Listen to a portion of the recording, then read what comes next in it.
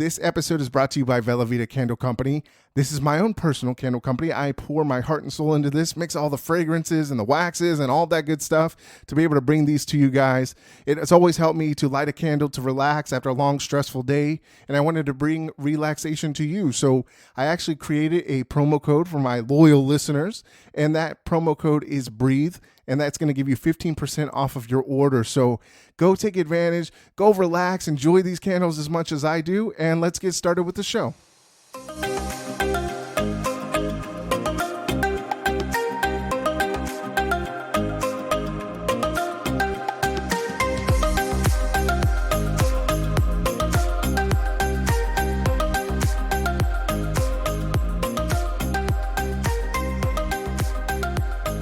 Hello, everyone, and welcome to Breathe Motivation. My name is Anthony Astor. I'm the host for this show. So glad to join you guys this week.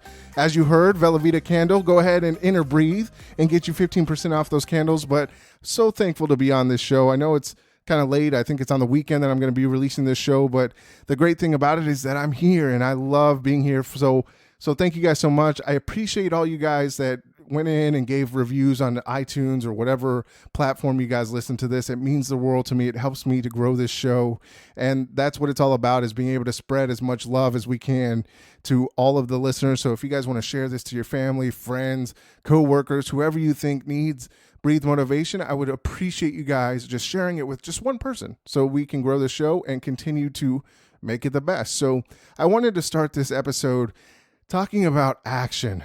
Man, it's one of the biggest things that I have a hard time really wrapping my head around sometimes, because I am a very big overthinker, and I probably have told you guys this in probably 90% of my my episodes, but I am way over, I'm an overthinker. I'm an overanalyzer. I analyze everything I do. Instead of taking action, I like to think about all the master plan that's going to get me to where I want it to be, whether it's being a great coach, whether that's Velavita taking off and being, the next YC. I'm not going to say it. I don't know if I can get in trouble by saying that candle company, but YC, I want that to happen. But sometimes I get so wrapped up in the idea of all of these things happening, I start to get overwhelmed. And isn't that crazy, right? And what I've noticed is one of the biggest things that we do is when we sit and, kind of wallow around in our thoughts, it really stops you from taking action. And I think that's a really scary thing for a lot of us, because as we go throughout our life, a lot of our time is spent thinking, right? If you're on this, a lot of these messages that I get are, people that have struggled with anxiety or depression or, just kind of stresses of the world. And that is a natural thing. It's going to happen, right? It happens to all of us. It even happens to me. And I run a motivational podcast, right? But one of the things that I have noticed is that, man, life can get really hard when you just only think about all the things that you need to get done, right? I need to do this. I need to do this. I need to do all of these things. So why do we get so stressed out over all of these things that probably don't happen or aren't going to happen? Or, when we think about it, if we just took one step towards our goal and maybe even just wrote a list down, this is one of my things that I've been doing this year, is making sure that I'm writing things down, because I have like that shiny object syndrome. I don't know if you guys know about that, and maybe you guys do. I get so distracted by, I have one idea and I'm like, oh, cool, there's that shiny object. Let me go over there, right? So we start to focus on all these, different things. And how do you focus and get ahead when you're focused on 20 million different things? It's nearly impossible, right? I've got a million hats that I've got on. I've got entrepreneur hat. I've got, dad hat. I've got husband hat. I've got coworker hat. I've got, whatever hat you can think of. We all wear them, right? And we've got to be aware of those hats that are going to really make us feel good inside, because when you start to wallop in your thoughts, and I don't wallop, I don't know what kind of word that is, but when you start to really sit in your thoughts, a lot of the times those thoughts start really just kind of depending on how, you've kind of trained your mind and trained your thoughts, or, how those things have happened. They really kind of most of the time turn negative because you start to think about all of the things you haven't done versus all the things that you have done. You start to focus on all those things. But, the great thing about life and action and what you do is, when you take action, you just start to relieve that pressure off of yourself, that, you start chipping away at that, big rock that's on your, you've decided to take on, right? And that's one of the things that I've noticed that I do is I take on a lot of things and a lot of projects, because I want to, one, if I try enough things, something's bound to happen and something's going to take off for my businesses, right? So, I do some coaching. I've got Vela Vita Candle, I've got all, and I've even got my full-time job. So there's a lot of things that I've got going on. I'm try to be the greatest dad and husband I can be. So that when you get into those thoughts and those things, you've got to look at what's the biggest payout and what's going to, what you put your energy into, what is going to be the best thing for you. Because I think when we start to focus on those things that really are going to make you feel better, guess what? You start taking action. You don't sit around and think about all those things that aren't going on or that aren't going in the right spot right now, right? You're not thinking about that job that's not great, or you're not thinking about all that money you don't have right now, right? The biggest thing you can do to make money, right? Anybody can go Uber or deliver for Amazon now, right? That's something I personally did at one point. I was like, hey, I need a quick couple bucks. Let me go, go deliver for Amazon for a couple hours. It was a cool experience. I did it maybe 3 times and it was a good experience. But at the end of the day, there's so many different ways. And that's one of the biggest things that I see with most people. And one of the biggest concerns that people have in life is money, right? We get so caught up and wrapped up in the amount of money that we have that we start to one of my friends the other day was like, hey man, you spend a lot of just random money on random stuff. And I had, cause I was telling him about some course that I bought cause I loved, looking at these courses. And he's like, well, I mean, you're willing to buy these courses, but you're not willing to, invest your time or your money in something else that probably is going to, pay you back. And I was like, yeah, it's funny. I never looked at it that way. And I do invest in my business, but I could be a little bit smarter about how I spend my money to where I could spend more money on my businesses and, get that return back. So I think it's really a big thing for you guys to really start focusing on the things that you want to make happen. Because when you start to put and craft a game plan on paper, you start to see all the ins and outs of what it's going to take. And one of the things that I noticed, I was reading a book, it's called F Yourself, right? Or by Gary John Bishop. I think it's Gary John. I always mix it up. Gary Bishop. Something like that, right? F Yourself, right? I almost said the word. I try to keep it PG on here.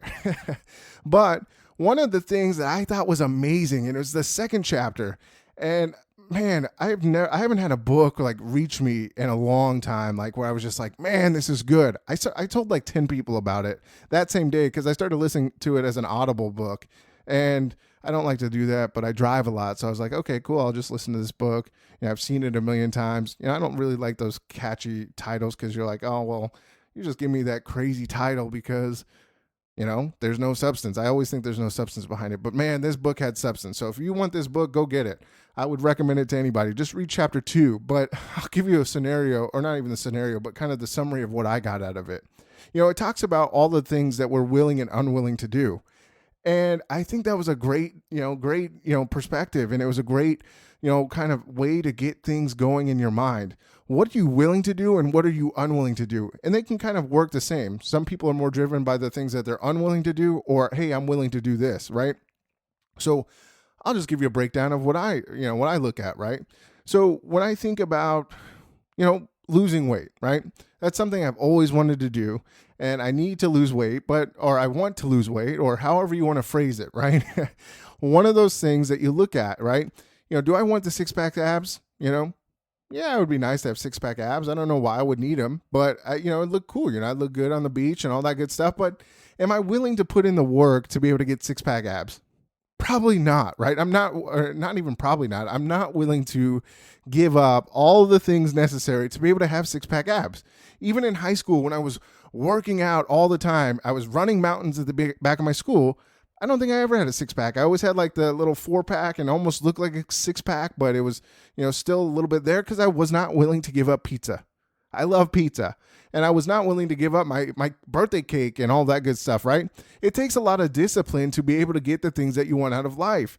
And when you start to look at your life and you start to look at the ways that you look and attack life, it's a big eye opener. So you've got to be able to ask yourself, are you willing to do this? Are you willing to do all the things necessary to be the best, right? So when I think about running my companies, right? If I'm running Vela Vita Candle, am I willing to take the time to actually go make these candles?